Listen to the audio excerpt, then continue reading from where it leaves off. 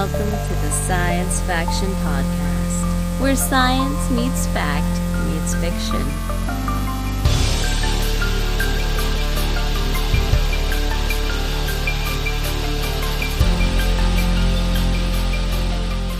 This is Science Faction for the week of January 25th. I forgot what month it was. 2026.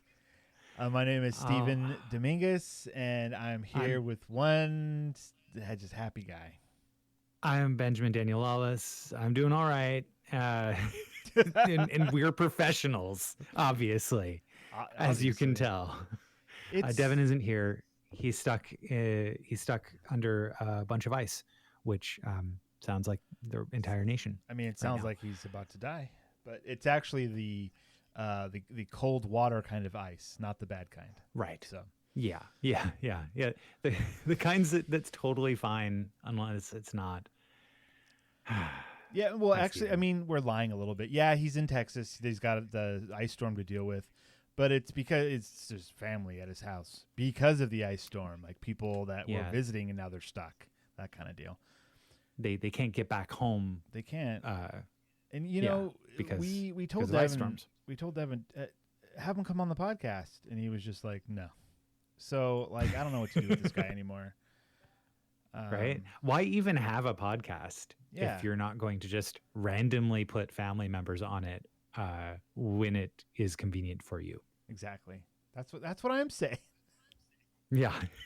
I mean, that's how I got here. So are we family? Yeah. Now we are. All right, brother. 6 years of this, I better be family. Okay. Devin's not here this week, but we are. And man, we've got some video games probably. We've got some comic book. This is all kid. This is teen Steven and teen Ben being cool because we're going to talk about, we're going to show you all the shiny rocks that we like. Dude, and first shiny rock, Steven, I've got to talk about enclosed.horse. Okay. Which is a new it's a new wait. I want everyone to just take a minute and listen to that title. Enclosed.horse. Imagine what you think this is going to be, because you're about to be proven wrong. Go, Ben. Yeah. So enclosed.horse has been out for, as we record this, 27 days. And it is a web-based game, like a little puzzle game. You go to the website enclosed.horse and you try to enclose a horse in the biggest possible pen. But so you're enclosing it with walls. And you place the walls by clicking or tapping on it, depending on if you're on. I play it on my phone. I edit it as a home screen web app, so like it opens up as if it's an actual application. But you don't need to do that. Nobody knows how to do that, but you and like 5 other people. It's in the share sheet. You're fine. Use the share sheet every once in a while. Poke around. Discover what your phone can do. So the basic gist is you're trying to make sure that this horse has the largest amount of space that it can. But there are certain, there are walls, there's like water features that the horse can't traverse over, and the horse can't move diagonally. It can only move along, orthogonally, left, right, up, down, just like real horses. And yeah, just like real horses. And just like in real life, you can have portals that connect distant cells, and the horse can teleport through them. Horse teleportation technology. We are truly living in the future. You go through and you go through and you get your biggest enclosure that you can do, and then you click submit, and you only have one chance every day.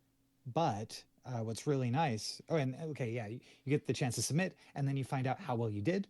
You get a score. You get to find out how large the enclosure was across everybody. I've gotten a couple perfects throughout the day. I'm not not here to brag, but you're I'm perfect, is kind of what a you're big saying. I'm kind of a big deal around the horse enclosures, if you know what I mean. That's not something to be proud of. uh, but then there's also community levels, so you can keep on playing. And Okay. yeah, I highly recommend it, Stephen. I Like, mean, yeah, what else we got going I on? told your wife about it. She seemed to think it was okay, Yeah, or she was just humoring me. I no, don't no, know. she in fact was not just humoring you, because a few days later, sitting on the couch, and I look over and I see a horse, and I was like, "You're not my wife." No, I look over and I just It's see it. Mr. Ed. It's Mr. Ed. And, horse sound, horse sound. I glanced at her phone, and she was looking at the horse dot enclosed dot horse. She was looking at it, and then she did it, and she went, "Ah, I only got this much," and I was like, "Oh, that's pretty good." I was like, "You gonna play another one?" And she was like, "Tomorrow," and I went, "Okay," and I haven't seen it since. But it's such a Wow. like Okay. it takes you, like, you look at it, you pick, and you're done. Like, it's a couple minutes of your day at the most, right? Yeah. Well, I mean, so I guess it depends. One strategy that I like to use is I'll get the best I think I can get, and then I'll shut it down before submitting. And if you're coming back to it on the same browser, you know when you pick it back up, it's just got your last big guess. You can Uh-huh. also reset and then like try out different, because you only have a certain number of walls. Like for today's horse enclosure, you only have 9 walls to put down, Okay. and so sometimes there's strategies you can use. There's kind of approaches you can use, and maybe something will work better. But you can also always go back to whatever your highest scored guess that you've already done is. And then, Okay. so you can play around with it before you submit it, which is something it took me a couple weeks to figure out Okay. before I knew I could do it. Yeah.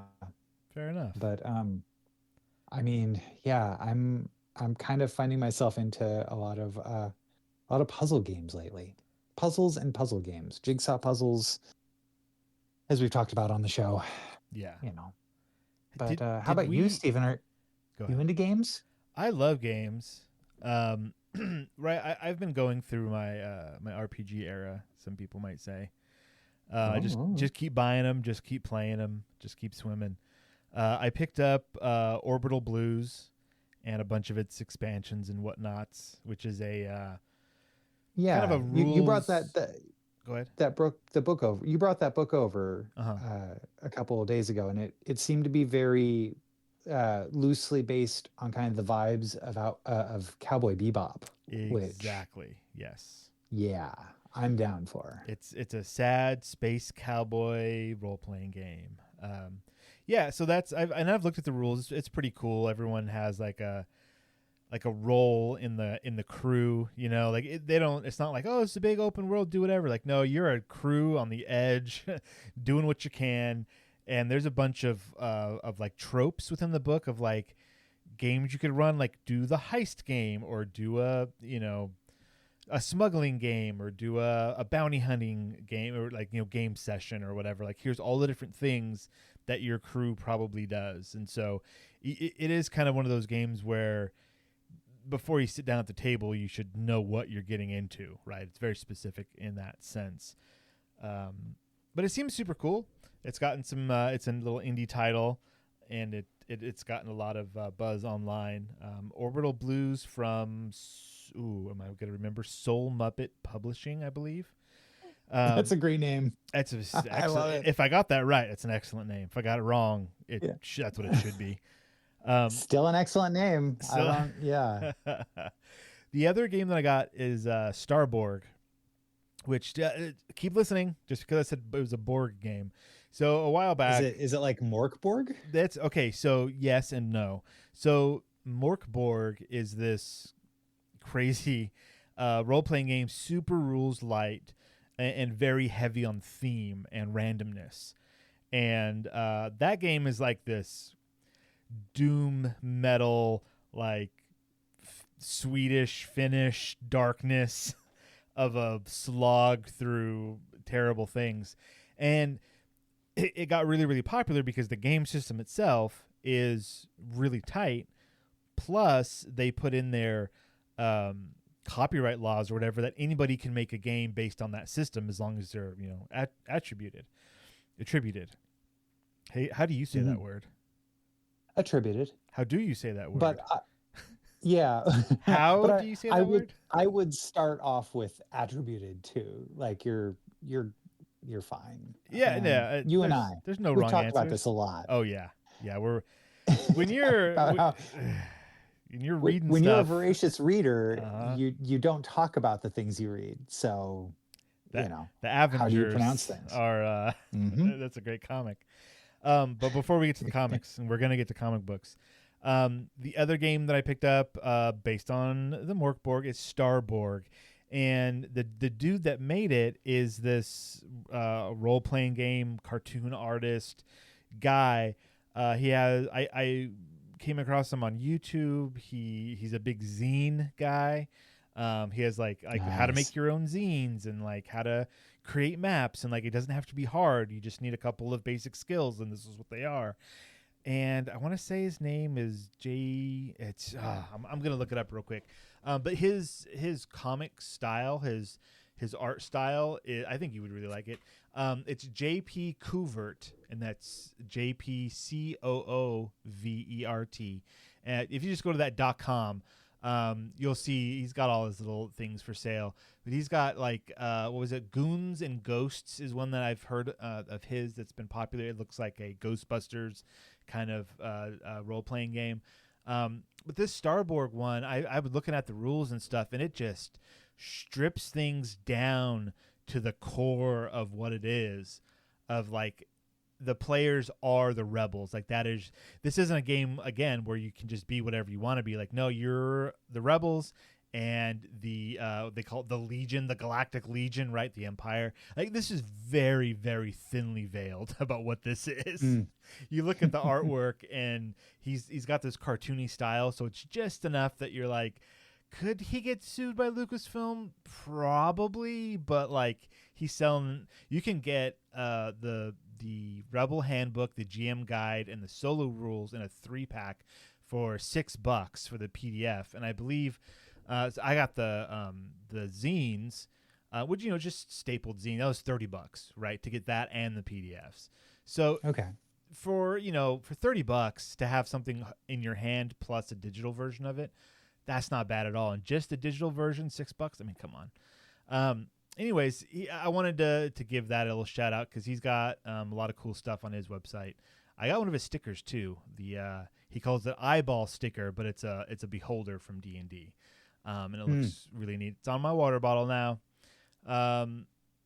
Yeah. So anyways, that was the other RPG I got. But nice. What I've been playing this week, I ran another game in my Mutant Crawl Classics game that I run with a friend of the show, Christina's husband, and Christina and a couple other friends, Austin and Rob. All good people. Actually, on our Discord, that we have a Discord channel on somebody's, it doesn't matter, where we coordinate our games. And Greg ended up posting, he's like, this is what I use ChatGPT for, because he's an artist himself, and so we have a lot of artists have a lot of thoughts about ChatGPT. But he was like, he used it to create just really quick images of what all of their characters look like. Because what they made mention of at the table the other day was that they all look absolutely crazy, because this is post-apocalypse. They keep like collecting this weird stuff and just putting it on, and so they all look just like madmen, and it's amazing. Our shaman, whose god is Gaia, which is actually like an AI that lives in the sky that used to control weather satellites. thousands Of of years course. ago, as you do. As Gaia, yeah, Yeah. that's Gaia And right there for you. and Gaia wants to return the world from its state to how it used to be, and so she she picks people, they become shamans, and they have a direct uplink. And every now and then she'll ask one, "Hey, go to this old missile silo or whatever, and there's a weather satellite there, and why don't you make that launch to get for me?" And they call her Mother, and so like that's the mission that they went on. That's like their latest story arc that they're going through the missile silo area right now. They're like halfway through it, give or take. But before they left to go on that mission, I had Yes. a special merchant come to their village, and one of the things this merchant was selling was a cybernetic eye. And this this cybernetic eye gives you +1 to your initiative rolls and +1 to it was something else. I think like when you're looking for something in a room or something like that, like if you're searching for something or whatever. So it's like a nice little bonus, but as part of its text was like those were its bonuses. Has its own onboard AI and will automatically attach to any available optic nerve. And that's all it says. So okay. there is, and I think I talked about this in the podcast a while ago, but there's precedence that one of our other characters, Greg, came across a cybernetic arm, and they figured out what it was and how it worked, and they were like, "So how do we attach it?" And I was like, "Well, it needs a spot to be attached to," and everyone role played this scene beautifully about him. His character, it's actually a female manimal, fox genotype, so it's like a fox lady, that she asked them to hack off her arm with an axe to attach the cybernetic arm, and they role played this whole thing, and it worked out, and it was great. And I had to make some rolls, and hit points were lost and gained back, and so now they have this cybernetic arm, which like gives a huge bonus to like strength rolls when using that arm. So Gotcha. when this group was presented with a cybernetic eye, I was like, "Oh, I know what's going to happen next," and it did, and it was amazing. And my role players are so fun. Nice. So now we've got this shaman with a cybernetic eye, and those hats that have the little propellers on them, right? From like I've got one of those. I imagine you do. He found one of those, so the shaman's wearing one of those, and then the fox lady has her cybernetic arm, and it's a lightsaber, but it's not called a lightsaber. Holding one of those, and they all have these fancy phaser guns and dazer guns and all this nonsense. But wearing What's like a leather. dazer gun? A what? What's a dazer gun? A dazer gun is a gun that when you shoot at somebody, you automatically hit, but they have to make a fortitude save, and if they fail the save, then they are frozen in place for, I think, 1d7 minutes. There's you roll a 7-sided die, and it's like that many minutes they're just frozen in place. So like in the middle of combat, you could shoot that at something and it'll just freeze while you deal with other stuff till you can like deal with it, that kind of thing. That's a dazer gun in Mutant Crawl Classics. Yikes. Okay. Any other questions? A lot, but it's fine. It's a great game. The mazer gun is even better because its description is that no beam comes out of the gun because what it's doing is using microwaves to cook your enemy from the inside out with fire damage. It microwaves you from a distance. So that's the mazer gun. That's a pretty good one. All right. So yeah, I ran that game this weekend. That was a ton of fun. And as I was planning for this game, when my mind is on Mutant Crawl Classics, the game right adjacent to it was Dungeon Crawl Classics, which is just the fantasy D&D-esque version of the same game, the same rule systems and all that stuff. You can do crossovers if you wanted, but as I was scrolling through YouTube, I was served a video from Goodman Games, which is the publisher of Dungeon Crawl Classics, Mutant Crawl Classics, saying, "Hey, our Humble Bundle is being extended for an extra 7 days." And I was like, "What Humble Bundle?" Turns out they teamed up with Bob World Builder. Hold on to your trunks on this one. Another YouTuber that does role-playing game content. Talks about it, plays and talks about different game systems and that stuff. Really, really cool creator. I really like their videos a lot. But apparently he teamed up with Goodman Games to do this bundle that for a minimum of $40, you could get 99 books, Dungeon Crawl Classics books, PDF versions of them. And then they also threw in like plus a random 4 random adventures that'll get mailed to you that they can't promise what they are, and a discount for other if you wanted to buy other stuff. I'm not going to get that deep into it because by the time this episode airs, it'll be over. Even for the patrons, I think it's probably been too long. Maybe there's a day or two left. I don't know.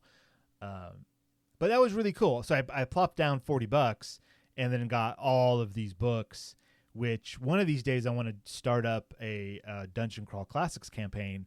And so all of these books will just be invaluable at that point. Like there's a really, thick core book, which has a ton of stuff in it. But what I'm learning is what they like to do, what this company likes to do is when they put out these adventures, typically that are like $10 to $15, you get a PDF version and then you get a paper version that's like a little magazine almost with maybe 20 or 30 pages in it. Within that adventure is a lot of additional content. They'll put in enemies, monsters, creatures, whatever, aliens in those books, which the stats can work, at any time for either game. Like I'm finding stuff like flipping through these PDFs of like, little mushroom monster and a little stat block. And I'm like, oh, I could use a little mushroom monster in Mutant Crawl Classics. Like perfect. Here's another monster that I can use now. Another tool for my toolbox. So, yeah. And then Humble Bundle, of course, they give a percentage. Like you can pay what you want to a minimum. For this one, it was $40. There were other bundles that I think it went all the way down to like $10 and you got like $50 or something like that. And then there was a mid tier and then the $40. Or you can donate as much as you want because the percentage will go to charity. And for this one, it was like the kid gaming one that they do. That Humble Bundle often teams up with like Child's Play, I want to say is what it's called. So yeah, it's nice. You get a good deal on some cool stuff, and then that part of your money is going to be donated to a good cause, and it's good. It's cool stuff. That's rad. Very cool. Yeah. Speaking of doing good things, sounds like you tried to do something good for yourself. How did that turn out? Yeah, dude. So I was on the meditation subreddit earlier this week, and somebody was asking on a thread there, like, hey, I've been using meditation apps for a long time, but I feel like I'm just kind of spinning around the same sort of core concepts. How can I get deeper? And one suggestion was look up your local Sangha. Sangha. That's a word I had never heard before. Never heard it either, but I thought, well, that's kind of odd. Let me take a look at it. And sure enough, we have a local Sangha in our little burg, North County of San Luis Obispo, up in Atascadero. We've got a Sangha, which is essentially just a meeting of the Buddhist community. So think of it as Buddhist church, if you will. And the local one we have here takes place at the library, or our local library, at 9 a.m. on Sundays. And so I went there this morning, and it was really nice. Tell me all about it. Well, about 20 people were there. I was the youngest by far. Which goes. I guess I'm kind of used to that being part of the poetry community around here too. But that's just how it is. And the essentially kind of the order of operations. It starts off, we have like a chant of kind of our I guess a declaration of an intent, I think, for Yeah. to embrace our health, for the good of all sentient beings. And then 30 minutes of sitting in silence, followed by a 5-minute break. And then there was we read through a little bit of a book that kind of made it like it was a little bit of a book club that we Hmm. had in this meeting. But it's different every single time. Sometimes there's speakers that they have, monks from different Buddhist traditions, and yeah, and then ended with another 5-minute sit in silence, and then a tailgate at the end where we all had cookies in the parking lot. Wow. What a fun Yeah, time. right. That's It sitting in was. silence. I love that. Oh gosh. Okay. All right. I now realize you were joking. It took me a moment. I'm not joking. No, no, there are no jokes Uh, here, sir. Gotcha. I'm being 100% Okay. like, no, no, like, yeah, it's kind of funny, but like, Yeah. my life is so noisy right now that, like, Yes. yeah, to go to a place specifically with other like-minded people to sit in silence so you can think, or perhaps clear your mind or focus on Yeah. something and not be interrupted for 30 whole minutes. Yeah. That's a gift. It was really really neat, and I'm gonna go back again. One of the things that I've been focusing on a lot lately is, you know, like a lot of the beginning meditation stuff, they say focus on your breath, Mm-hmm. out and in. And then if your mind starts wandering, that is okay, because that's what your mind does. Bring And it the back. real, yeah, just begin again. And that Mm-hmm. it's that process of beginning again and having which is the thing that is training your attention That's the and is work. making you, Yeah. yeah, that's the work. And that, whereas kind of I think early on in my walk here, you can't beat yourself up over it, like, oh man, I'm not really good at this meditation stuff. It's like, no, the fact that you noticed it and came back, that is what it is. It's like doing reps at a gym, Yeah. like, so You're not going to see gains in one day. You have to keep right. you have to keep at it. Yeah, It's a practice. there was a point in my early life that I was doing daily morning meditations, Oh and wow. yeah, this was back when I was living in Oxnard Okay. with with my buddy Mike. Um, What's up, and Mike? what's up, Mike? It doesn't live in California anymore. He lives in, Oh. where does he live? Kentucky, Tennessee, somewhere over there. Anyways, he'd leave for work, and so then our 1 bedroom apartment would be quiet, and I would sit and do like a 15 to 20 minute meditation, just sitting in silence and going over, the things that I had read in my different books about, what you're supposed to be doing when you're meditating. And it was a really good practice, and it does help with your attention and focus and concentration, just because that's the muscle that you're working, that focus. And Yeah. if you can truly focus on nothing, it feels so good. Yeah, well, I think that one thing that I've been focusing on lately, as opposed to the breath, is the sight field that exists when you have your eyes closed, Okay, I got right? you. Yeah. That the fact that, like, you close your eyes and at first you think you're seeing nothing, but that's not true. You see the interplay of light and shadow that's behind your eyelids. You look deeper, and sometimes there are patterns that emerge, and Oh, it can be. that's cancer. If you're seeing patterns. Oh no. Just kidding. Oh no, now I'm self-conscious, but no, I'm like, No, no, complete anyhow, joke. Complete it's, joke. yeah, but it's kind of a fascinating uh, it's neat, playing around with all that. Mm-hmm. So yeah. Anyhow, it was really nice. Steven, if you ever want to come with me, man, like I'm sure that they'd love to have another youngin Oh, I'm so young. join. When we're the young ones, Yep. oh man. Yeah. I'll bring But my I I'll bring my mean, youngest child and be like, guess what we're gonna do? And she's gonna be like, what? Like, we're gonna sit still for half an hour. And she's gonna be like, no, like there's cookies after. And she'll be like, I'll try, but no promises. Can I bring my iPad and my headphones just in case? the Uh, I think it was interesting to so a large part of the discussion really centered around how we come to grips with what is happening in Minnesota and Minneapolis right now. yeah. And something that came up in the reading was this idea that, like, how they talk about the tyranny of choice, right? Mm-hmm. And like, when you think about that term, it's like, okay, well, you've got so many things to choose from. Sometimes you what that is like actually bondage of a way. It is the opposite of freedom.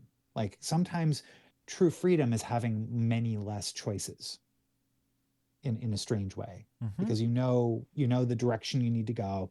That's it. And you find your freedom through that. Uh, Um, it occurred to me when thinking about that perhaps us as modern 21st century people that are observing world events far away from us, that we have very little that we can do, but we have a lot of options about what we can do, right? Like, we could donate to different organizations that are keeping people safe. We Mm-hmm. could go out to Minneapolis and be there if we wanted to, if we felt compelled. Um, but the people in Minneapolis, they have very few choices. They could show up and protest. They could hide. And there's not very many things. But the question that I have is, are we or they suffering more because they have less options? They have directions that they can go. They have realistic, like if something good, if they're doing something, they can see in real time what good their works are doing in a way that we can't, being far away, you know? Are you saying that we're suffering more than they are? I'm not saying that it's some kind of competition, but I'm saying that Right. there is a potential that we could be suffering more than they are because of the vicious news cycle, because of the feelings of helplessness Oh, and okay. inability, Okay. Yeah, on because behalf of others we cannot to, do anything. Me and you are physically too far away, right. perhaps monetarily and time too far away. So does that mean that we suffer more because we want to help and we can't figure out how to Yes. do it? Yeah, that's Whereas kind of they that, have no choice. They either go out and stand up for their freedoms and their rights, or they do nothing and let right? themselves be trampled over. Those are their only choices. Right. I see what you're saying. Yeah. And it's an interesting, I don't know if thought experiment is the right way to put it, but it's something that occurred to me um, through talking this morning, Yeah, talking it all out.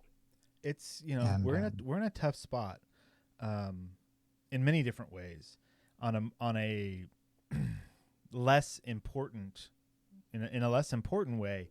Yeah, we look at the news and we go, this is awful, and we look around and those awful things aren't happening directly around us where we could affect change, immediate change, right? Like, we're still voting in the ways that we need to vote for people's freedoms and whatnots. But it's like that feeling of, like, I want to help but I can't, like, that you can internalize that trauma. the of opening up your Instagram and thinking, I'm going to scroll through some nonsense, let my brain turn off for a minute. And then you see an American citizen executed by another American citizen. And you go, Yeah. what is happening? And what can you do in that moment? Right? In that moment, there's nothing. And so it goes inside and you hold on to it. And Martine was actually telling me she was reading this thing via a psychologist. Just like how you immediately, a lot of us are internalizing this trauma of these things that we're seeing, and it's important that you find an outlet for it. Otherwise, it stays in there. Even if it's just like the other day, I was driving through town, our little town, and there was one old lady walking down the street, holding up a sign, big pink, like that neon pink poster board that you see, and it just said, what did it say? I think it just said like no ice or something, or it was just like ice, a big circle, just something, right? And just seeing that made me feel better. Like we're not alone, right? Yeah. There's more of us than there are of them. Yeah. And so like finding that little bit, even if you're feeling awful and depressed and terrible, make a little sign, go walk around your neighborhood with it. You'll feel better, and you will be making others feel better. Because what else can we do? We're doing the American thing. We're protesting and saying, no, this is not how we want to live. That's how this country started. Like it's in our nature to be like, oh, you want it to be that way? No, all of us, the commoners, the peasants, the workers, the everyone, say no, and we're gonna say no in a peaceful manner. But man, that peaceful manner we are on a razor's edge right now. It feels like. Mm-hmm. Yeah. So, anyways, anyhow, this was an attempt to find a little bit of equanimity and community, right? Because community that's the way that we combat this, right? We're looking at all this stuff online, and we're doing that in one-off. Like we're alone in that. Like it's not real community, no, right? No, definitely not. And it's a bunch of stuff that, for good or for ill, is being presented to us outside of context. It's being presented to us as in machine gun staccato. This it's really not built for our brains and our hearts to have a healthy relationship with, right? No, definitely not. There's science to back that up. This social media is not good for you. Right. We like I'll see a post every now and then, of course, on social media. That's like, if you can't handle what's going on in the world today, like, don't worry.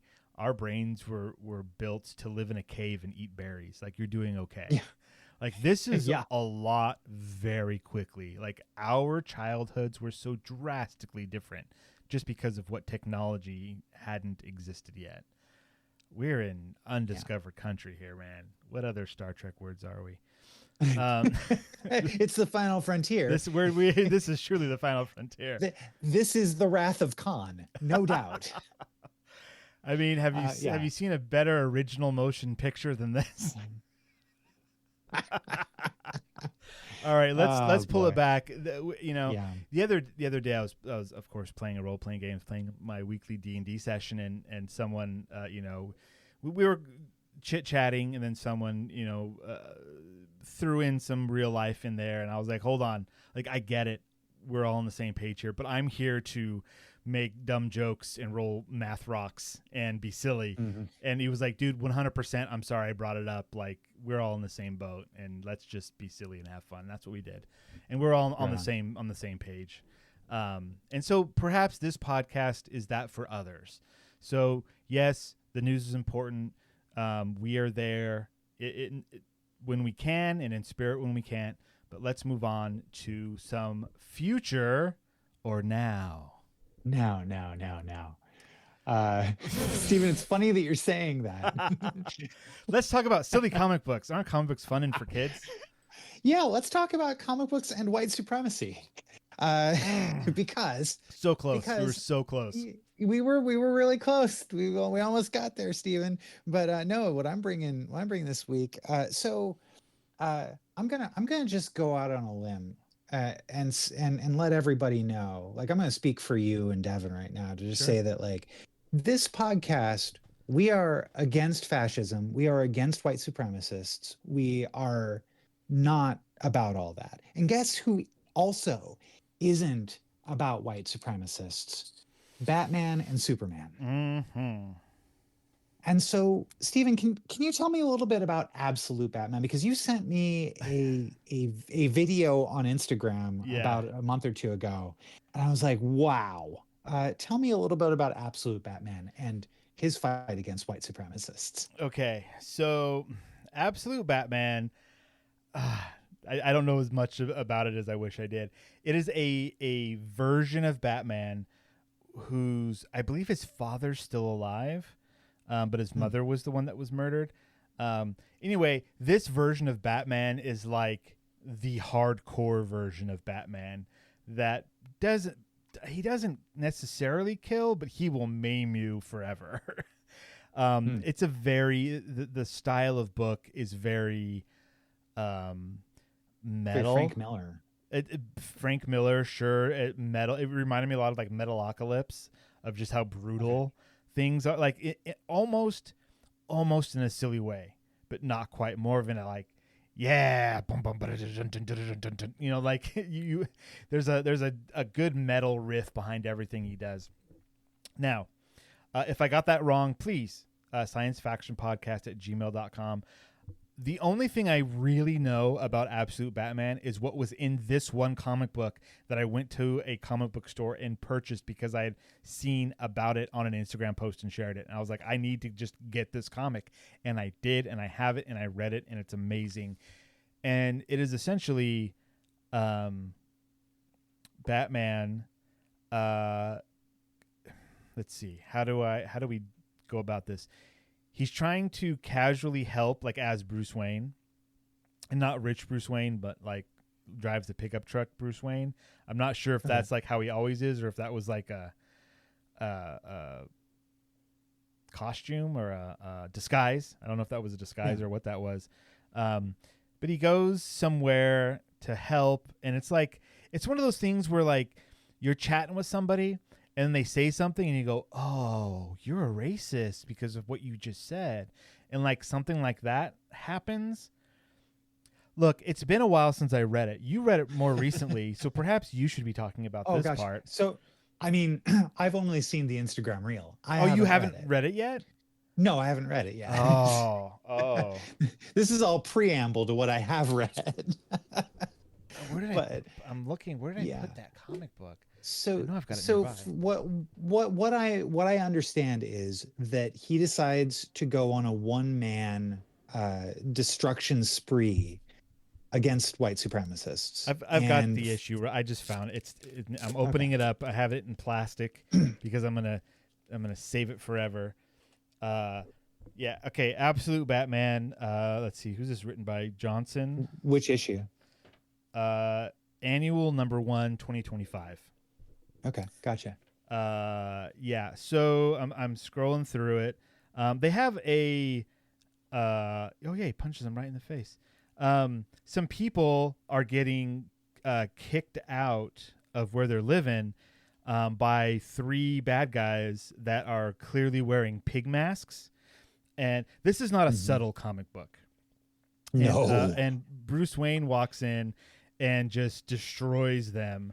But then their buddies come together and they end up like knocking him out. And the friendly nearby pastor saves him, pulls him from harm, and then he goes out and sees that there's some kind of meeting going on.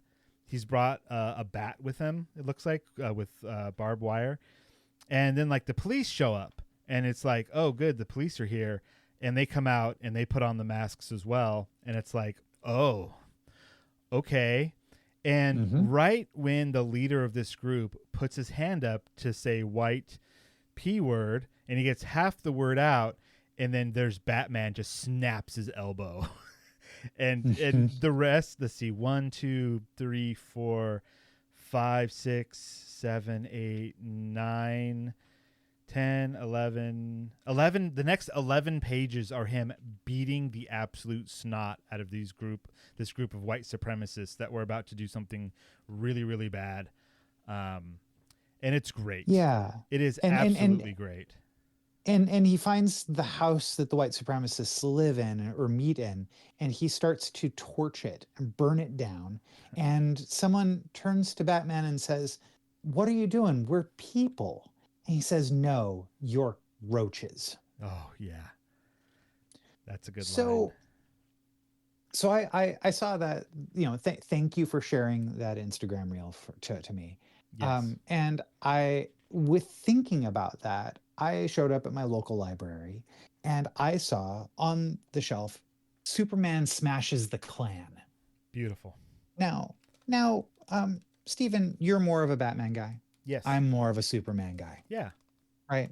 That's, and so I was like, this looks pretty kid friendly. Like I'm more about this right now, like uh, as much as that like metal feeling is. Mm-hmm. Superman Smashes the Klan is a story that takes place in 1946, and it's sort of an adaptation of a radio serial, Superman Exposed Ku Klux, or I'm sorry, no, sorry, Clan of the Fiery Cross, which was a radio serial from Adventures of Superman, which ran from June to July 1946.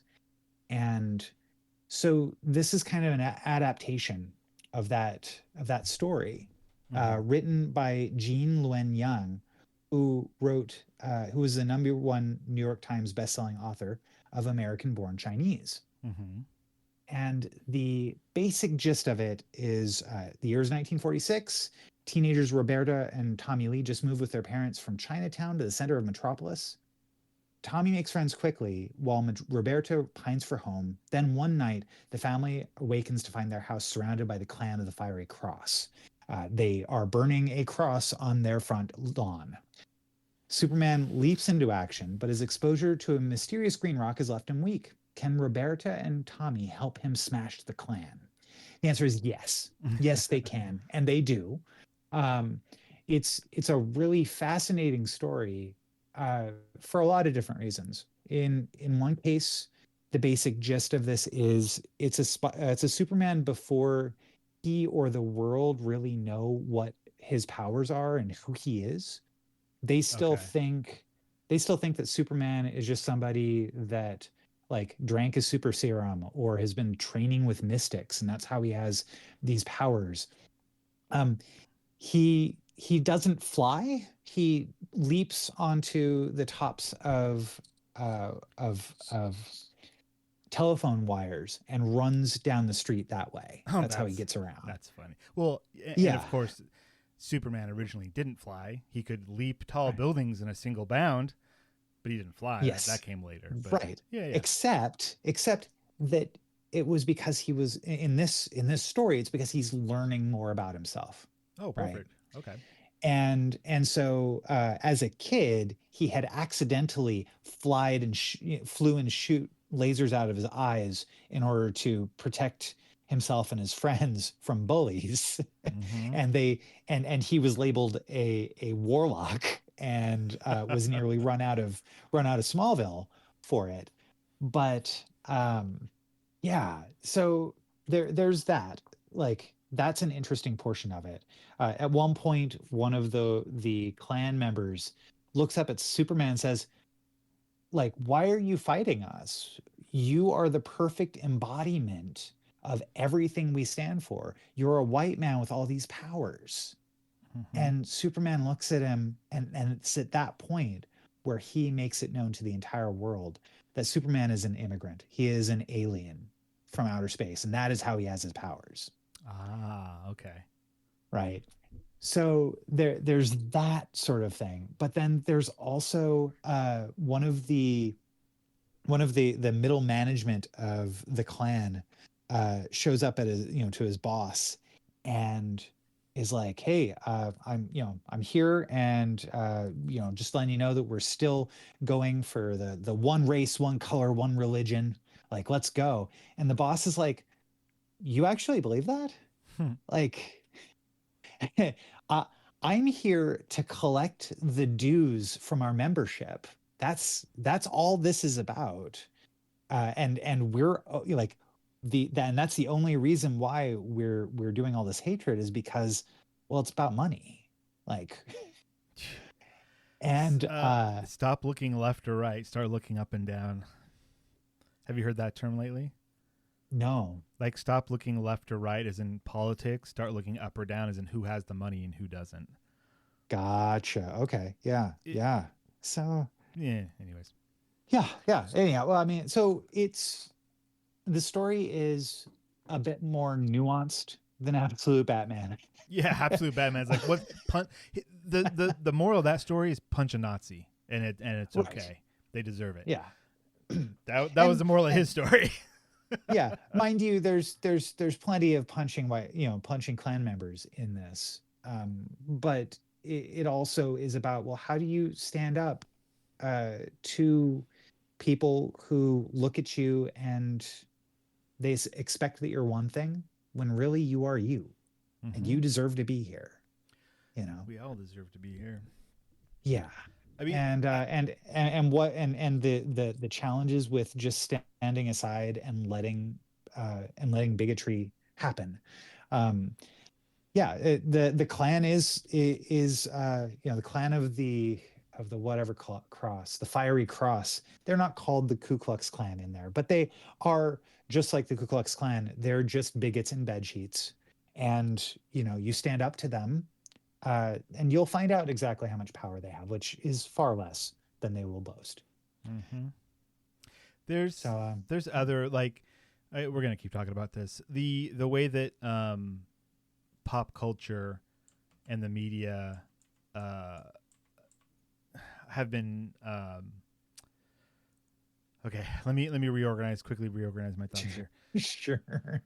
There was a quote I saw online recently. I don't know the attribute, and I'm not going to say it exact, but the feeling of it was, hey, we've all grown up.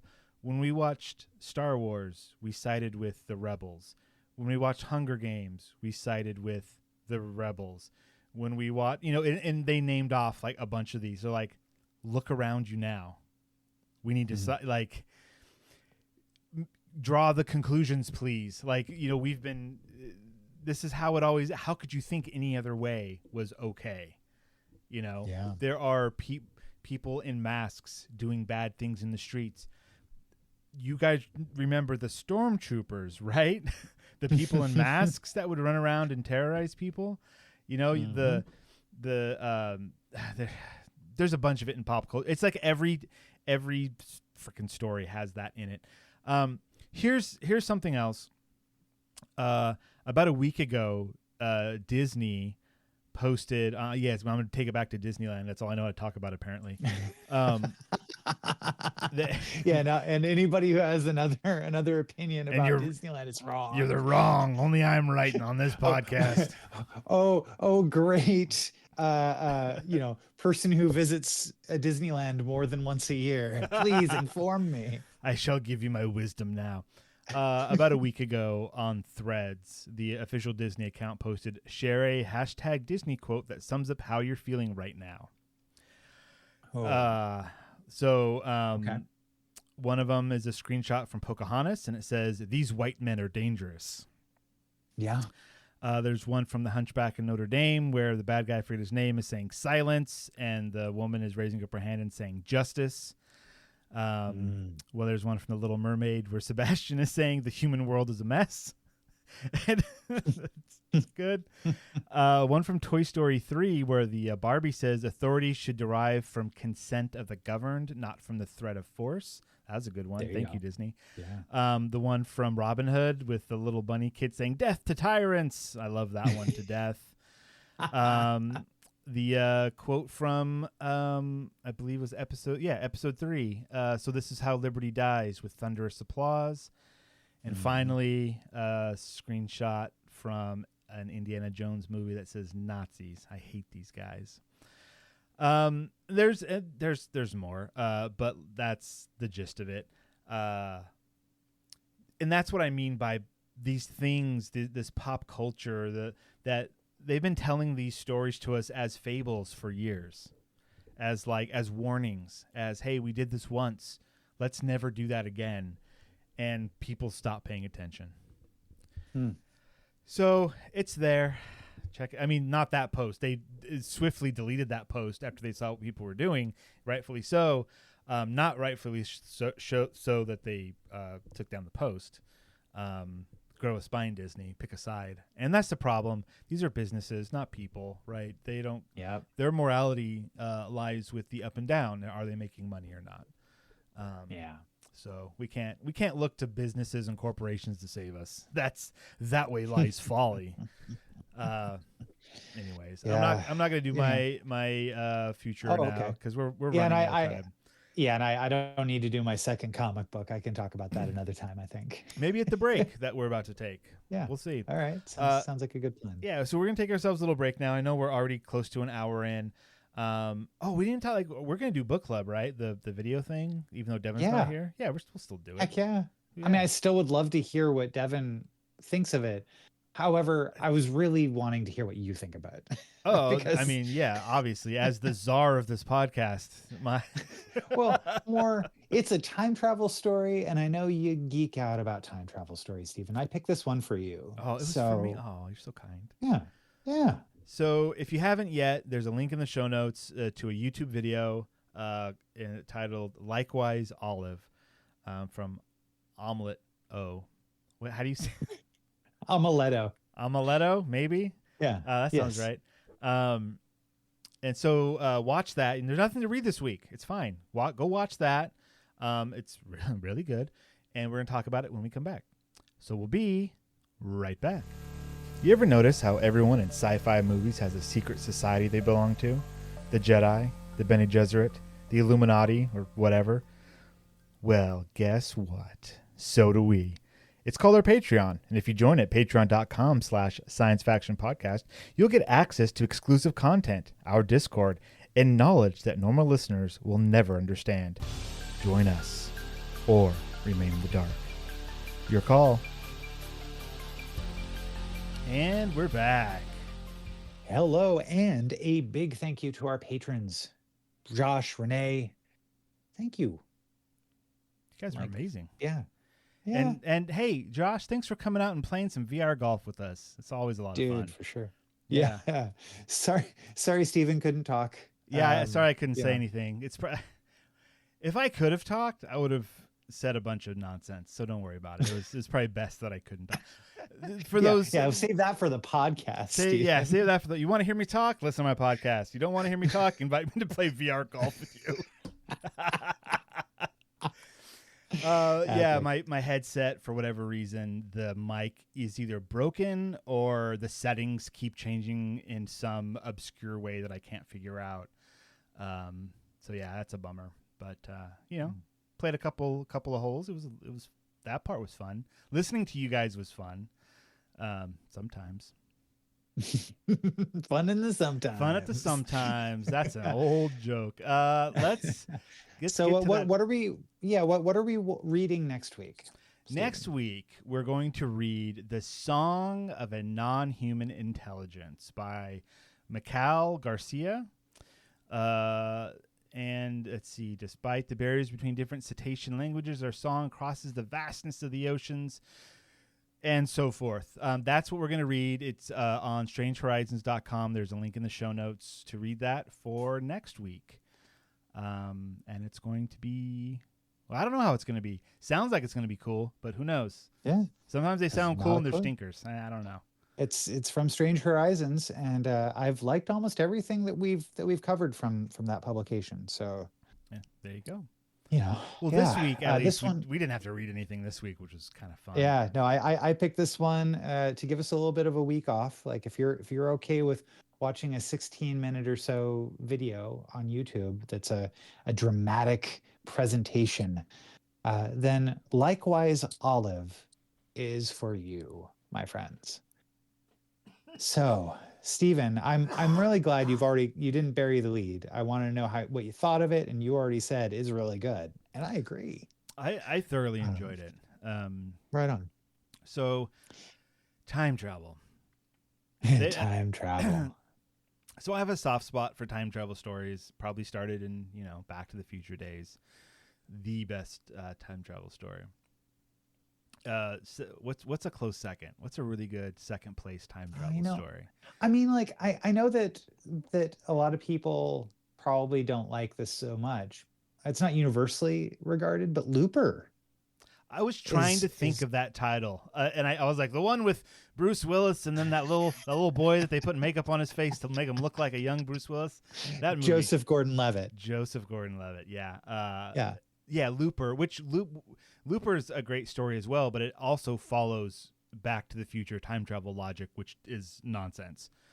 Yeah, but it makes for better storytelling, less sciencey, way more fictiony, and that's okay. Yeah. Star Trek IV: The Voyage Home with the whales.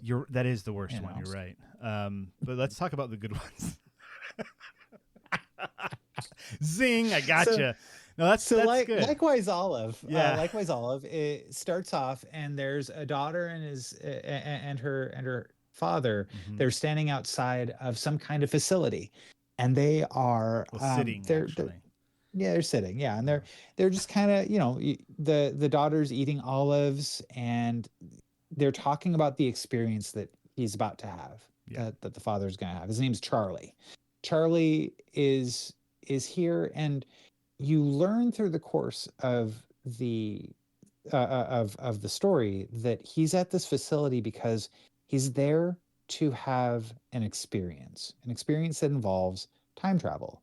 He has picked an emotionally resonant date whereby he's going to travel back in time, pretend to be someone else, and meet his parents when they're on a date and just have a chat with them.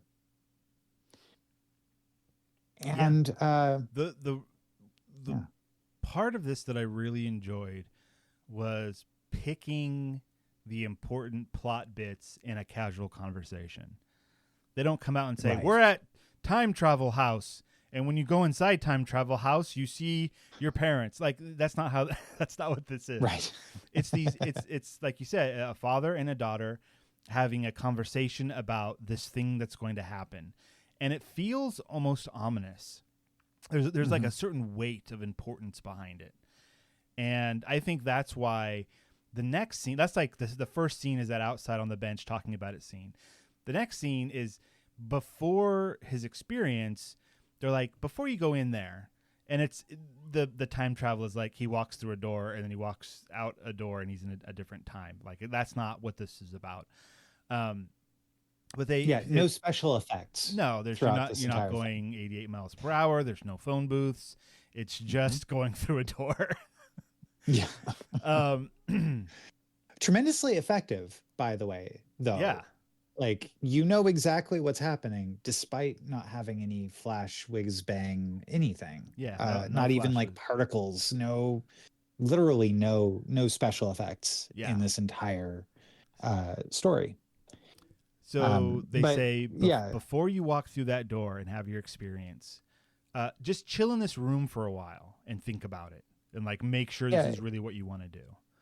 Yeah, this is kind of your last chance to duck out gracefully, but know that if you do, you're going to lose. You're going to need to go back into the lottery for getting a chance to have this experience. Yeah, there's some really subtle storytelling, and that's one of them. Is that like millions of people want to do this and they can't accommodate that, and so you're kind of picked at random. He gets into the waiting room, and there's someone already standing in there. It's an older woman, a woman that's older than he is, and he says, "Oh, hey, I'm sorry, I didn't mean to intrude." And she goes, "It's okay, I can wait. I don't mind sharing a room to wait for my experience." Yeah.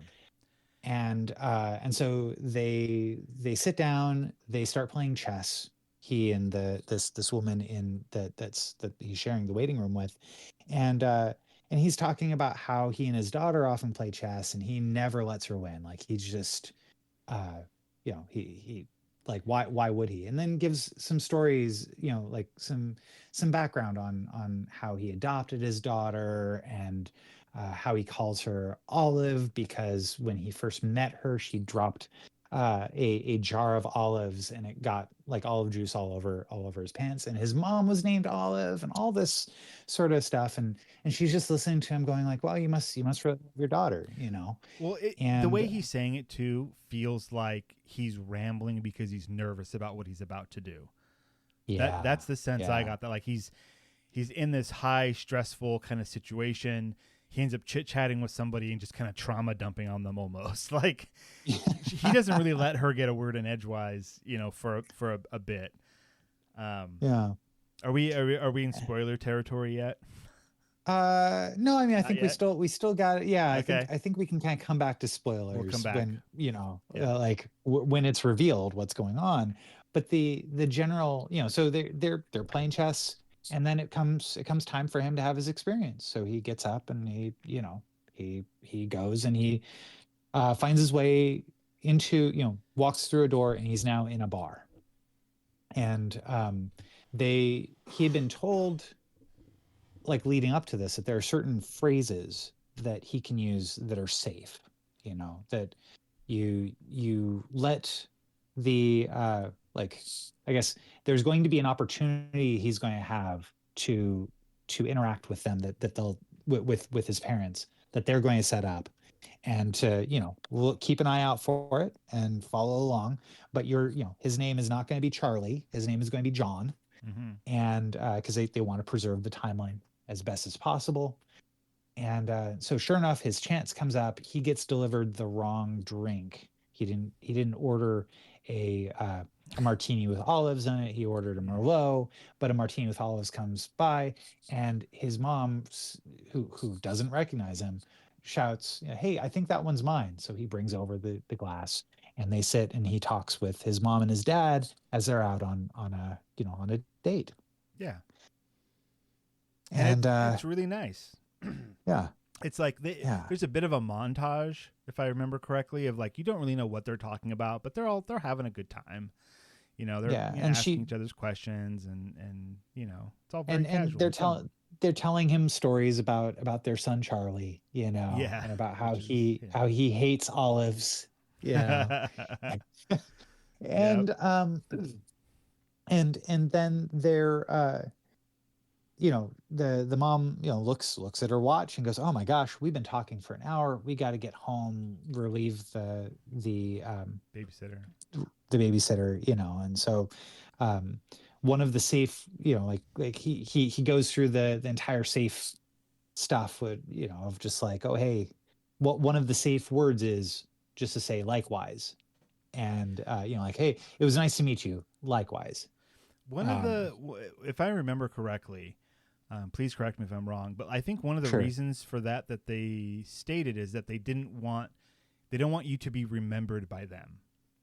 And like, Right. so they don't want you to make Yeah. like determinative statements, I want to say, or like you want to be like, oh yeah, I talked to some guy at a bar once, but like not remember the specifics. So you don't want to screw up the time travel aspects of Yeah. it. Like, hey, so Lorraine, there was this guy that you kind of fell in love with named Marty, but then he kind of disappeared, and then you decided to name your son Marty. Isn't that kind of weird? Like, so it's Right. supposed to not allow those kinds of things. So Yeah. if I remember, one of the rules was like, don't say goodbye. Wait until the situation resolves naturally, and they say goodbye, and then you say likewise, or what you just kind of be agreeable and disappear. And so that's Yeah. what he does. That's what he does, and he's visibly really, like, not shaken, but he got what he was looking for out of that conversation, Yeah. Mm-hmm. and he comes back to his own time, walks through the lobby, and is about to exit the room, but the old woman is still there, and she goes, "Hey, you forgot your jacket." Yeah. and he turns around, grabs his jacket and says, "Hey, it was really nice meeting you." And she looks at him and says, "Likewise." And he goes, "I never got your name." And she says, "Olive." And at that moment, you suddenly realize this is his daughter as an old woman meeting him during her uh, her experience, Mhm. and not a dry eye in the house. Like I just thinking about it, I'm starting to tear up. And I've watched it twice or three times now, and like every time it's just like, oh man, what incredible mastercraft storytelling. And he realizes it at that moment too, along with you. And he respects the The process. the situation that he's in, right? And then he leaves and goes out to meet up with his daughter of his time now, who is in her early 20s. Yeah. And that's likewise Olive. Yeah, it's a fun little dramatic story. The thing I was gonna, when I asked you about the spoilers, because I Yeah. was gonna ask you, at what point did you figure it out, if at all? The first time it was along with him. Oh, Yeah. okay. I did not pick up on really what was. I mean, I was not expecting this to be a time travel story. Okay. I just went on Amaretto because I like their videos, and they're oftentimes science fiction based, but they, very low, kind of like low production values in terms, like not a lot of special effects, but like Right. high concept, Still effective. uh, Yeah. yeah, and very well shot Hmm. pieces that they usually have on that channel. And a lot of time travel stories actually on there, now that I'm thinking about what I've seen on that channel. I mean, if you can be uh clever about the time travel itself and kind of establish, look, that's not the important bit. He's going to be in this time, and then they're going to be in that time, and we don't need to get fancy to show the transition. If you enter in with that in mind, then you can do a lot of stuff with time travel. yeah, but when I first saw it, I also wasn't exactly certain that all of the stories in this are sci-fi. I, Ah, I okay. think I think they are in Omeletto, just because all the ones I've seen have been.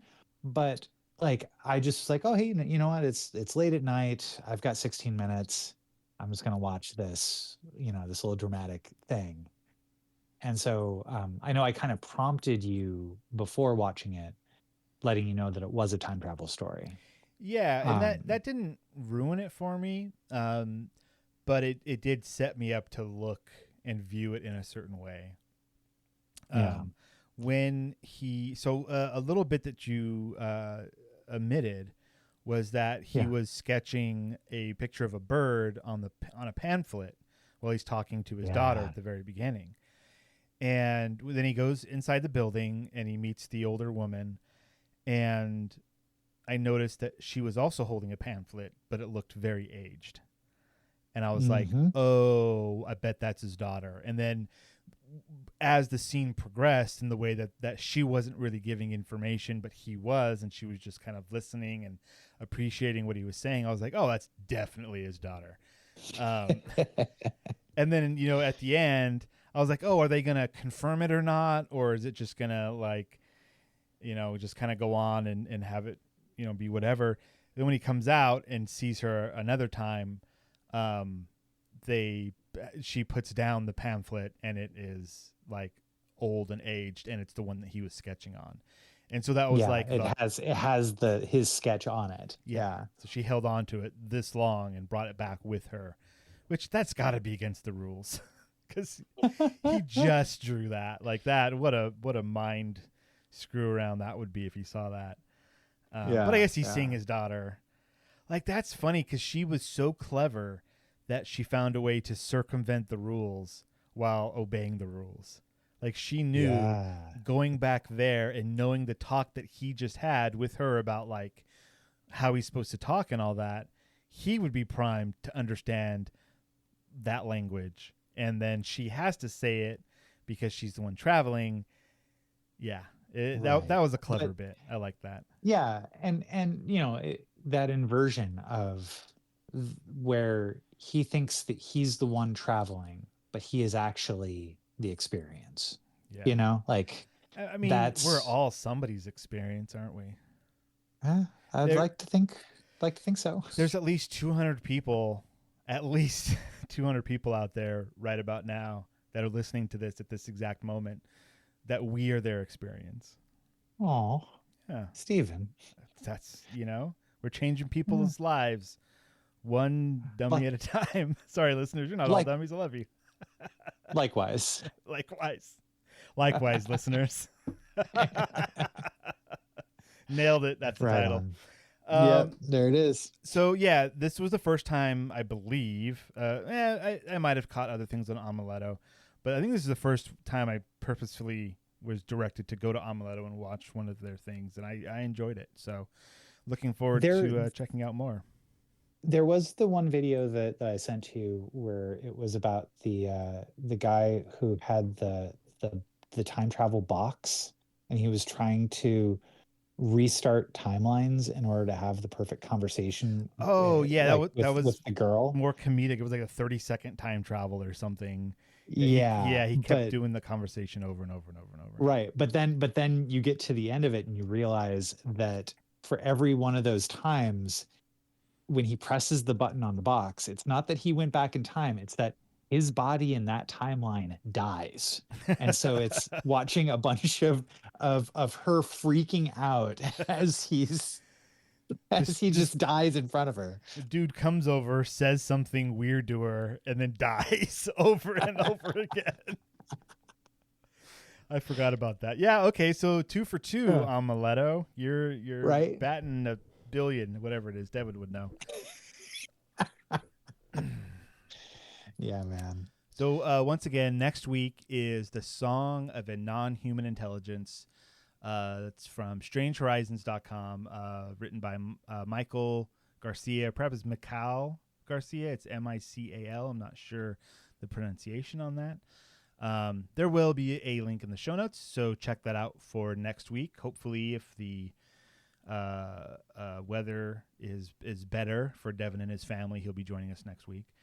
And we'll talk about whatever fresh horrors this week befall upon us. Yeah, man. I did ask Devin before, when we were confirming plans for tonight. I asked him if he has any words for our listeners, and to quote Devin, this is a quote. Nope. So that was that sounds response. like Devin. Yeah, 100%. That was Devin. So in the meanwhile, Ben, do you have any last words for us? Stephen, I'm not going to go for a happy fun joke. You gave me a gift. You and Martine gave me a gift back, about 13 years ago, of a book called "Rules for My Unborn Son" by Walker Lamond.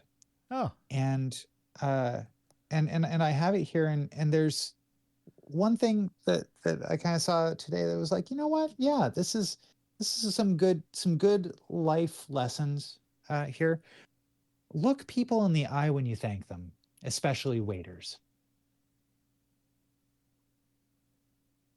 Good night, everybody.